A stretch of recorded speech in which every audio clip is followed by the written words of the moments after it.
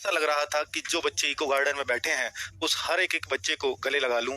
जो teachers eco garden हैं, उन सारे टीचर्स के पैर पकड़ लूँ और बच्चे जो भी कुछ हुआ है इन सभी टीचर्स, इन सभी बच्चों और मैं कहूँगा अंत में भैया सरकार का भी बहुत-बहुत धन्यवाद कि उन्होंने निष्पक्ष रूप से भर्ती बोर्ड ने जाँच की। भर्ती बोर्ड का बहुत-बहुत धन्यवाद। भर्ती बोर्ड ने जाँच की या जैसा भी उनको लगा और उनको दिखते ही प्रूफ बच्चों जो आपने भेजे थे, उन प्रूफों के आधार पर शुरुआत में ही देखते ही उनको लग गया, भैया ये तो गड़बड़ झाला है।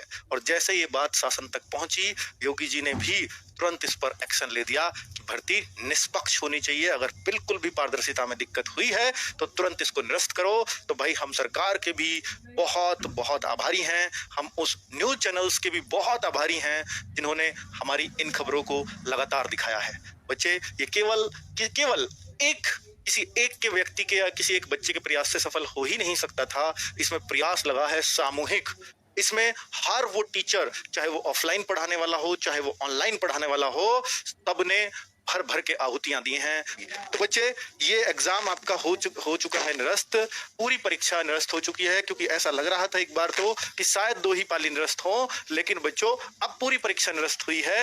अब आप अपने आप को तैयार कर लीजिए क्या आप कर सकते हैं। और अब आपको जो 45 दिन 40 दिन का समय मिला था और आपकी बहुत सारी शिकायतें थी कि इतनी जल्दी एग्जाम हो गया, तैयारी का मौका नहीं मिला, तो बच्चे अब तैयारी का मौका भी है, क्योंकि 6 महीने तो सरकार नहीं बोलती है।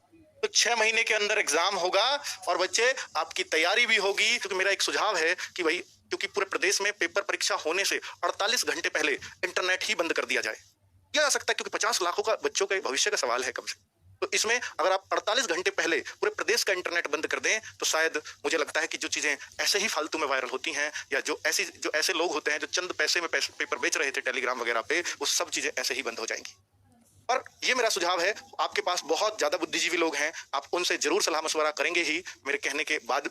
मेरे कहने में कहूं या ना कहूं, क्योंकि ये आपकी प्राथमिकता निश्चित तौर पर होगी।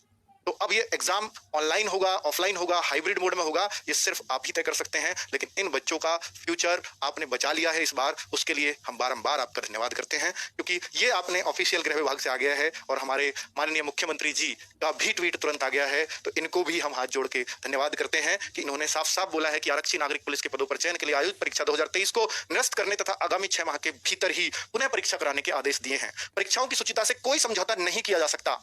युवाओं की मेहनत के साथ खिलवाड़ करने वाले किसी भी दशा में बख्शे नहीं जाएंगे, यही तो हम चाहते थे। उनमें डर होना चाहिए। ऐसे अराजक तत्वों के खिलाफ कठोरतम कार्यवाही होनी तय है, यह विश्वास भी इन्होंने हमें दिला दिया है। तो बच्चे, इससे बेहतरीन बात हमारे पास कुछ नहीं हो सकती, क्योंकि हमारे प्रदेश के मुखिया जी उस तरह के हैं कि जो बिल्कुल जीरो टॉलरेंस की नीति अपनाते हैं, और जिस तरह की बात की है वो उन्होंने साबित भी आज किया है। बहुत बहुत धन्यवाद। बारंबार धन्यवाद करने का मन करता है, क्योंकि बच्चों ये सभी, मैं बोल रहा हूँ कि अगर आपका मुखिया इस तरह के होंगे तो ही ऐसे फैसले आने संभव है।